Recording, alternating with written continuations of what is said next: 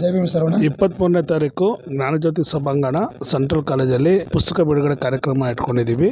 ಎಲ್ಲ ಪುಸ್ತಕ ಹೆಚ್ಚು ಕಡಿಮೆ 8-9 ಪುಸ್ತಕ. ಯಾಕೆ ಈ ಟೈಮಲ್ಲಿ ಬಿಡುಗಡೆ ಮಾಡ್ತಾ ಇದ್ವಿ ಅಂದರೆ, ದಲಿತ ಚಳುವಳಿ ಭಾಳ ಗೊಂದಲದಲ್ಲಿದೆ. ಬಹುಜನರು ಒಂದಾಗಕ್ಕಾಗಲ್ಲ, ಅಂಬೇಡ್ಕರ್ ಚಳುವಳಿ ಬಿದ್ದೋಯ್ತು, ಸತ್ತೋಯ್ತು, ಈ ಥರ ಏನೇನೋ ಮಾತಾಡೋದು ಎಲ್ಲ ನಡೀತಾ ಇದೆ. ಇವೆಲ್ಲದಕ್ಕೂ ಸಮರ್ಥವಾದ ಉತ್ತರ ಕೊಟ್ಟು ನಮ್ಮ ಕಾರ್ಯಕರ್ತರಿಗೆ ಬಾಬಾ ಸಾಹೇಬ್ ಅಂಬೇಡ್ಕರ್ ಸಿದ್ಧಾಂತ ಒಂದೇ ಭಾರತದ ವಿಮೋಚನೆಗೆ ದಾರಿ ಅನ್ನೋದಕ್ಕೆ ಇಷ್ಟು ಪುಸ್ತಕಗಳನ್ನ ನಾವು ಬಿಡುಗಡೆ ಮಾಡ್ತಾ ಇದ್ದೀವಿ. ಸೊ ನಾವು ನಿಮ್ಮನ್ನೆಲ್ಲರೂ ಇದಕ್ಕೆ ಆಹ್ವಾನಿಸ್ತಾ ಇದ್ದೀವಿ.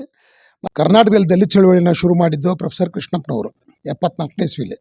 ಆದರೆ ಇದೇ ಪ್ರೊಫೆಸರ್ ಕೃಷ್ಣಪ್ಪನವರು 22 ವರ್ಷದ ನಂತರ ಹೇಳ್ತಾರೆ, ಈಗ ಅಂಬೇಡ್ಕರ್ ವಾದನೆ ಗೊತ್ತಿಲ್ಲ. ಅಂಬೇಡ್ಕರ್ ಬಗ್ಗೆ ಗೊತ್ತಿದ್ರೆ, ಅವ್ರ ಸಾಹಿತ್ಯ ನನಗೆ ಸಿಕ್ಕಿದ್ರೆ ಉತ್ತರ ಪ್ರದೇಶ ಎಲ್ಲ ಮೊದಲು ಕರ್ನಾಟಕದಲ್ಲಿ ರಾಜ್ಯ ಆಳ್ಬೇಕಾಗಿತ್ತು. ಒಂದು ಆಡಳಿತ ಪಕ್ಷ ನಮ್ದು ಆಗ್ತಾ ಇತ್ತು, ಇಲ್ಲಾಂದ್ರೆ ಅಟ್ಲೀಸ್ಟ್ ವಿರೋಧ ಪಕ್ಷ ಆದ್ರೆ ಆಗ್ತಾ ಇತ್ತು. ಆದರೆ ಇವತ್ತು ನಮ್ಮ ಒಬ್ಬ MLAನೂ ಗೆಲ್ಸಕ್ಕೆ ನಮ್ಮ ಕೈಯಲ್ಲಿ ಆಗಿಲ್ಲ ಅಂದರೆ ನಮಗೆ ಅಂಬೇಡ್ಕರ್ ವಾದ ಗೊತ್ತಿಲ್ಲ ಅನ್ನೋದು ನನಗೆ BSPಗೆ ಬಂದಮೇಲೆ ಗೊತ್ತಾಯಿತು ಅಂತ ಹೇಳ್ತಾರೆ. ಇಷ್ಟು ವರ್ಷ ಕರ್ನಾಟಕದಲ್ಲಿ ನಡೀತಲ್ಲ ಈ ಚಳುವಳಿ, ಇದಕ್ಕೆ ಯಾವ ಆಧಾರ ಇತ್ತು, ಹೆಂಗೆ ನಡೀತು ಅನ್ನೋದ್ರ ಬಗ್ಗೆ ಸ್ವತಃ ಅವರು ಮಾತಾಡಿರ್ತಕ್ಕಂಥ ಒಂದು ಪುಸ್ತಕ ಇಲ್ಲಿ ಬಿಡುಗಡೆ ಆಗ್ತಾ ಇದೆ.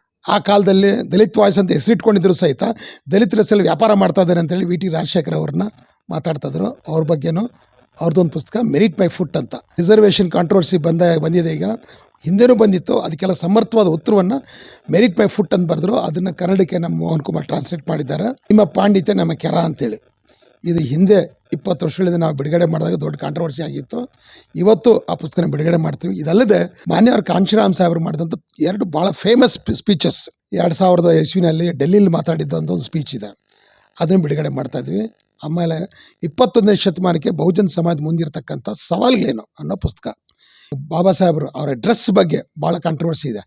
ಆ ಡ್ರೆಸ್ಸು ಅವ್ರ ಜೀವನ ಶೈಲಿ ಬಗ್ಗೆ ನೋಡಿ ಡ್ರೆಸ್ ಹಾಕಿದ್ರು, ಆದರೆ ಡ್ರೆಸ್ಸಿನ ಮಹತ್ವ ಏನು, ಆ ಮೂಲಕ ಈ ಚಳುವಳಿಯನ್ನು ಅವ್ರು ಹೆಂಗೆ ನಡ್ಸ್ಕೊಳೋದು ಈ ಒಂದು ಪುಸ್ತಕ ಡ್ರೆಸ್ ಫ್ರೆಶ್ ಅಡ್ರೆಸ್ ಅಂತ ಅದು ನಾನೇ ಬರೆದಿದ್ದೀನಿ. ಇದು ಎಲ್ಲ ಪುಸ್ತಕ ಹೆಚ್ಚು ಕಡಿಮೆ 8-9 ಪುಸ್ತಕ. ಸೊ ನಾವು ನಿಮ್ಮನ್ನೆಲ್ಲರೂ ಇದಕ್ಕೆ ಆಹ್ವಾನಿಸ್ತಾ ಇದ್ದೀವಿ. ಮತ್ತು ಇದಲ್ಲದೆ ಇದ್ರ ಮೇಲೆ ಚರ್ಚೆನೂ ಸಹಿತ ಏರ್ಪಡಿಸೋಣ ಅಂಥೇಳಿ ನಾನು ನಿಮ್ಮಲ್ಲಿ ವಿನಂತಿ ಮಾಡಿಕೊಂಡು ಮತ್ತೊಮ್ಮೆ ನಿಮ್ಮನ್ನ ಆಹ್ವಾನಿಸಿ ನನ್ನ ಮಾತು ಮುಗಿಸ್ತಾ ಇದ್ದೀನಿ. ಜೈ ಭೀಮ್, ಜೈ ಭಾರತ್.